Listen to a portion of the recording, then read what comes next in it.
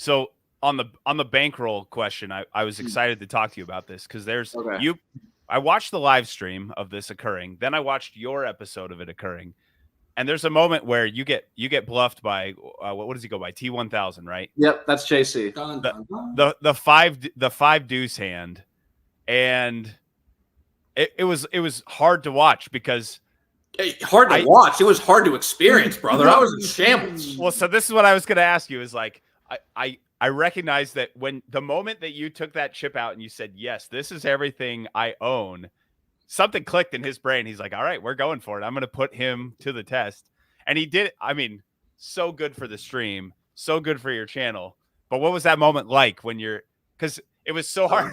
It was so hard from this side. I want to hear what it was like on your side. Doubt he would play aces, king, queen, pocket queens, or really many strong hands this way. I feel like we have the best hand, and now I think we can go for some value. 900, about a 40% bet. All in, gonna put him all in. Here's the pressure. He check jams for $7,000. Poker is psychological warfare, knowing what your opponent's gonna do and when he's gonna do it. When you're playing with all the money you have, you can't afford to make a single mistake.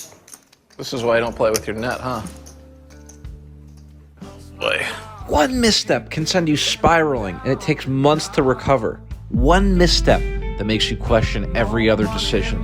In the blender, for his entire net worth, he said, is on the table. And this would be it. He could double up through T1000. My emotions are overwhelming me. If I make this call and I'm wrong, I'll have nothing. This would be it. He could double up. I need to make a decision. If I call and I'm right, I'll have $17,000. If I call and I'm wrong, I will have $50 to my name. $50.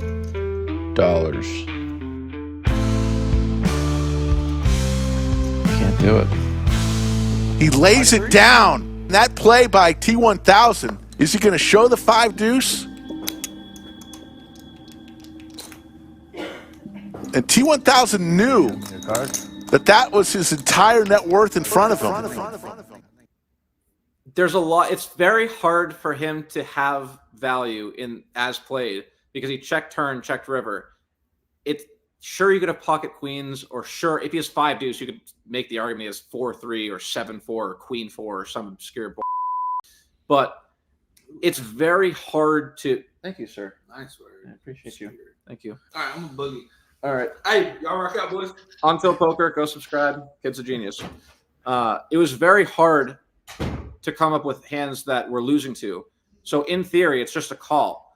But what everyone in the comment section ripped me apart for that hand. They're like, no. And mind you, most of these players are probably playing at their local casino in a 1-2 buy-in for half the max.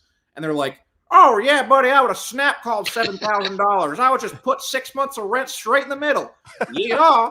And it's like, you don't understand. I can't reload. If I have $20,000 behind, snap call, click it, take the money. I don't have money. It doesn't, the bankroll element is so, that's why bankroll management is critical to success in poker, because you need to be able to withstand the swings of the day-to-day. That's not the case with this series, because if I make one wrong decision, yeah, we're out for 2 months. Do you guys have a dealing job?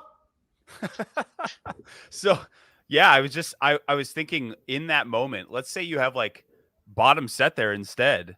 Mm-hmm.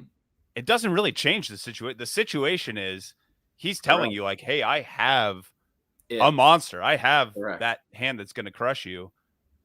And I can't imagine thinking of like my entire bankroll right now, having to have all of that at risk in that one hand. I would fold too. And I don't blame you at all, but I figured it had to be a miserable experience. As soon as that hand happened, I went outside and talked to the camera and I said, I think I had the best hand. He didn't show. I thought I had the best hand, but the implications of going broke, it's so much harder to come back from having legitimately nothing. I can't buy in. I can't even go play 1-2.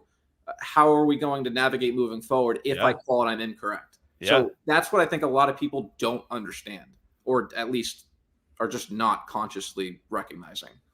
Well, and it's one thing to sit in your underpants, like sitting behind your computer and be like, "Oh, I would have called." It's easy.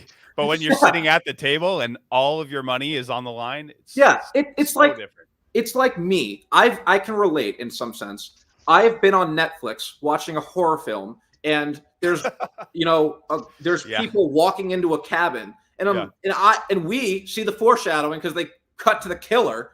Oh, I guess 4th of July. Godspeed. God bless America. But I don't know what you just did there. No idea. I have no idea. But we, as the audience, can see the killer in the next room. So we're like sitting on the couch with a fat stomach, sitting there holding a Cheeto bag with dust on our fingertips. Oh, yeah, I would never get killed in this situation. But when you're actually in it, you're going to shit your pants and you're going to die. You're going to meet the same fate that character is. So it's much different in reality versus your thoughts. Yeah. Most of the people who think you're him, you're not that guy, pal.